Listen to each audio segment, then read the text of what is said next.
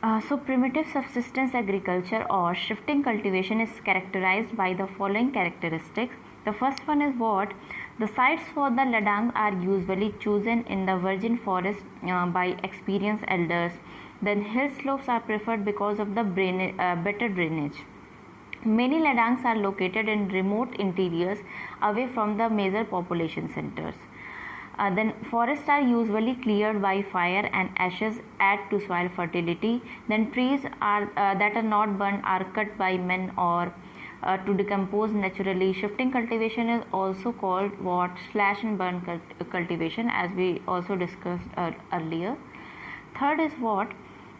The cultivated spots are usually very small. It's about 0 to 0.5 to 1 hectare, dispersed in their distribution and separated from each other by dense forest or bushes. So this is the pattern. Then fourth, the culture is made with very primitive tools such as sticks and hoes without the aid of machines or even dried animals. Much manual labor is needed for clearing to produce food for the few people. Thus, despite the little attention paid to crops once planted, no other form of agriculture wastes as much human energy and is as unattractive as shifting cultivation. Then next is what? Few harvests are high in gear. The main crops are starchy foods such as like cassava, corn, maize, millets, mountain rice, beans, bananas. These are the some examples. So crops are shown at calculated intervals, often between other plants, so that the crops can be staggered to provide food all year round. The same types of crops are practiced on all the farms.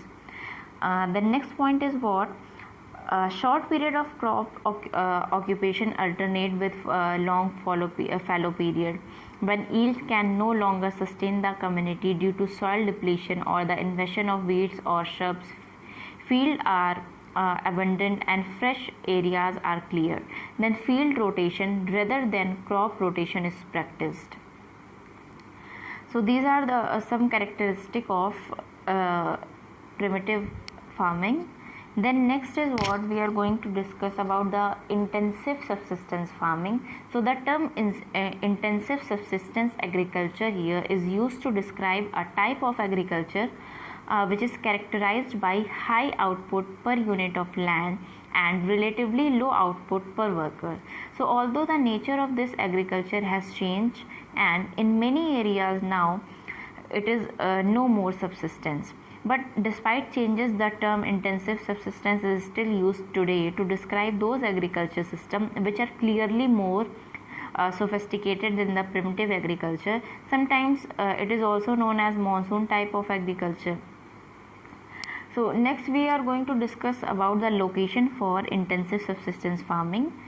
So this form of agriculture is best developed and practically confined to the monsoon lands of Asia. It is found in China, Japan, Korea, India, Pakistan, then Sri Lanka, the greater part of continental Southeast Asia, and etc. Then the main characteristics of intensive subsistence agriculture are as follows. The first one is very small holdings. Like farmers have been subdivided through many generations, so they have become extremely small and often uneconomic to run. An average farm in Japan is approximately 0.6 hectare, but in India and elsewhere in Asia farm may be even smaller. So individual peasant grow crops mainly to support their own families, though there is some surplus for sale in some areas. Then second is what? Farming is very intensive. So what is under in this point is in monsoon Asia, the peasants are so land hungry that every bit of tillable land is utilized for agriculture. So the fields are separated by the narrow handmade ridges and the footpath by which the farmer move around their farms. These are kept very narrow to save space. Then next is additional land is made unavailable for cultivation by drainage swampy areas, then irrigating drier areas and terracing hill slopes to produce flat areas that are suitable for paddy cultivation. So only the steepest hills and the most infertile areas, irrigating drier areas and terrace hill slopes to produce flat areas that are suitable for paddy cultivation. Only the steepest hills and the most infertile areas are left uncultivated. Then third point is, or the third characteristic is, much hand labor is entailed. So traditionally much hand labor is required in wet paddy cultivation. Plugging is done with the aid of buffaloes and the fields are raked by hand. Then the paddy is planted in precise row by the women. Harvesting is done with sickles and threshing is done by hand.